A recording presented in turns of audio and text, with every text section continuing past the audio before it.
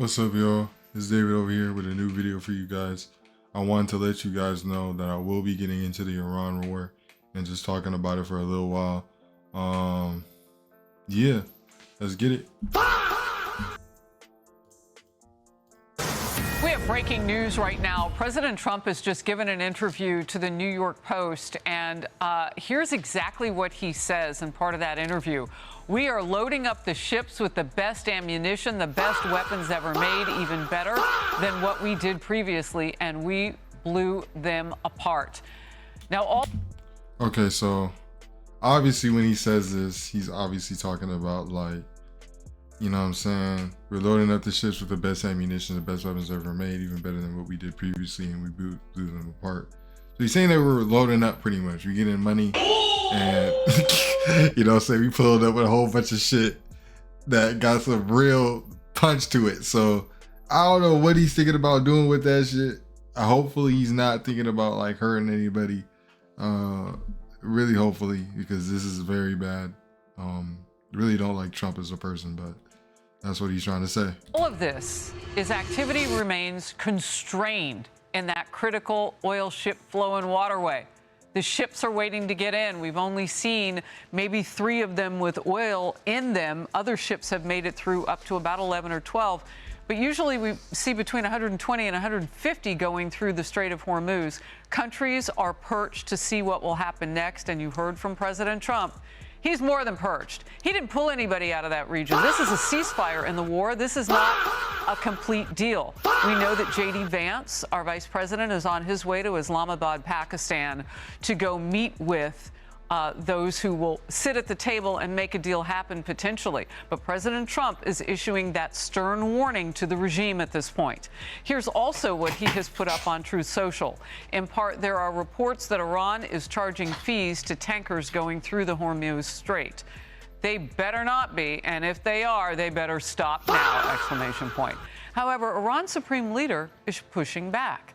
Well, you know, the son, Muqtada, who nobody's actually ever verified if he's alive and if he's moving around and all that, since his relatives were all killed, including his Ayatollah father. But anyway, he's quoted to have said, "We are entering a new era with the management of the Strait of Hormuz. We did not and do not seek war, but we will not give up our rightful rights in any way, and for this we consider all the fronts of resistance as one." I wonder what he means by that, all the fronts. So that's crazy. So that's crazy. He's saying that we did not ask for war, but we will resist. And so it's a pretty telling thing. I mean, after Donald Trump dang near, you know what I'm saying, slaughtered all of his family. Very, very tragic. But like, it's just like, how do you do that? And then they still are resisting to the point where it's like, how many? You know what I'm saying? Do you have to, you know what I'm saying? Before they, you know what I'm saying?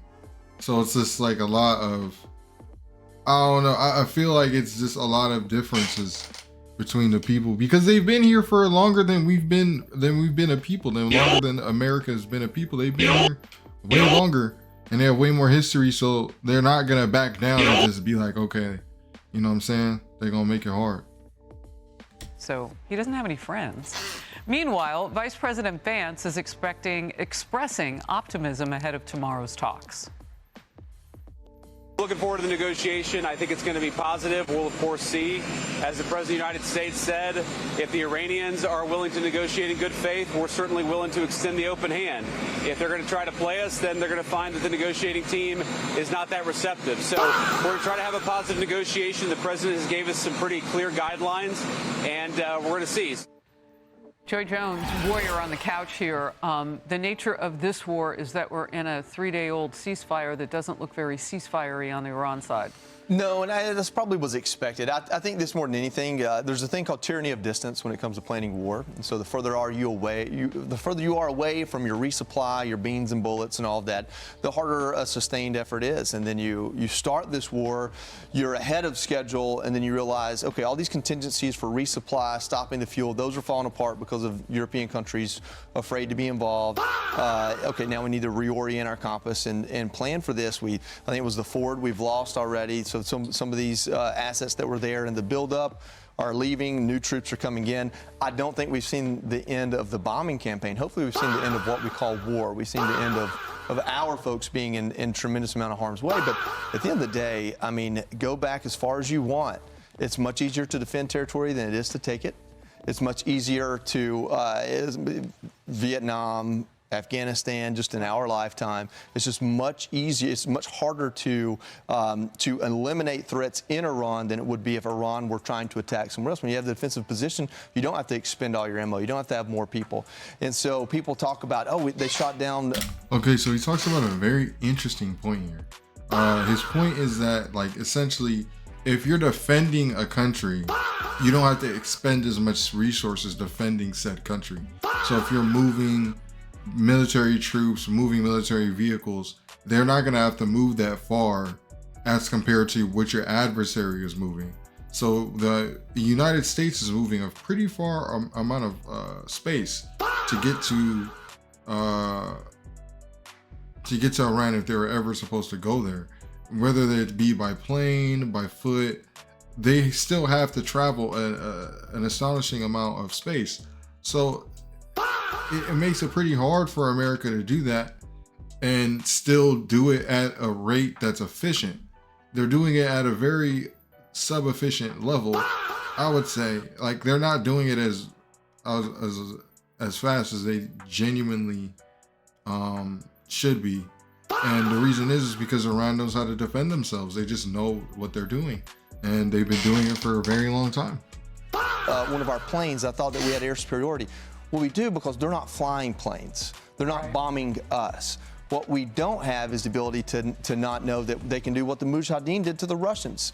They took cheap shoulder-fired rockets and took enough MiGs and helicopters down that the Russians said, hey, this costs more money than we want to spend on it. We're going to back on out of here. That is such a great example, too. And just think of how much kinetic activity had happened in Afghanistan, for instance, before we even got involved, right? And they had faced so much, and still we couldn't do it. And I think what we're seeing right now is that you can't just military your way to a victory. And we've seen over the last 40 years, you can't just diplomacy your way to a victory.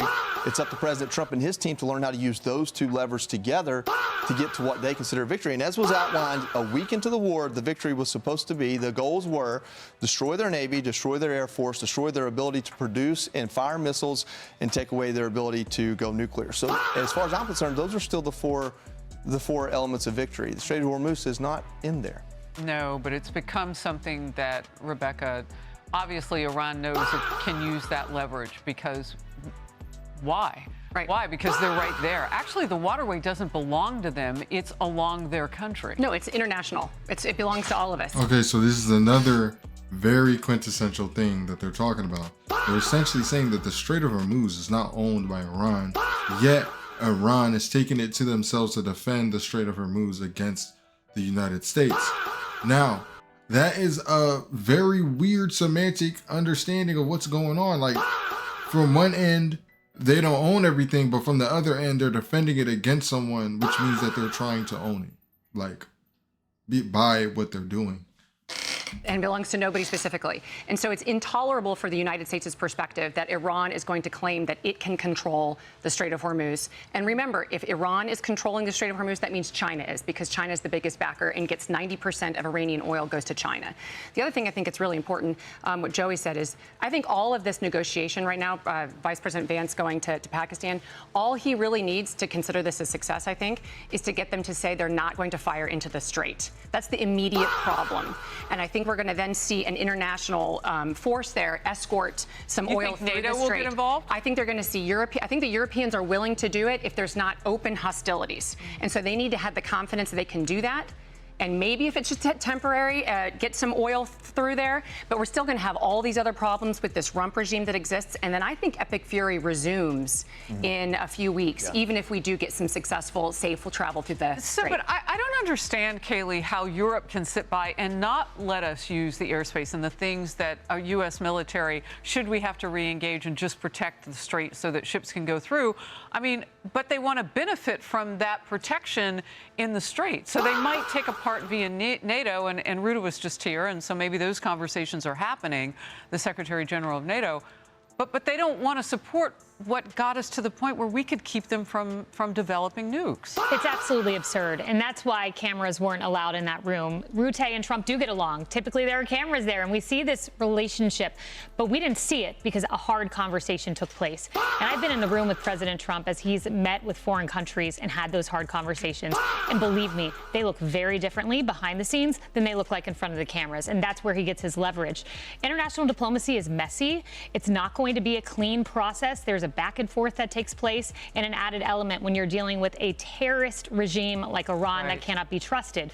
But I will say... Okay, so they call him a terrorist regime, not a terrorist country. They're saying that the regime that's in control right now is a terrorist regime. Now, they've killed a lot of people in that regime.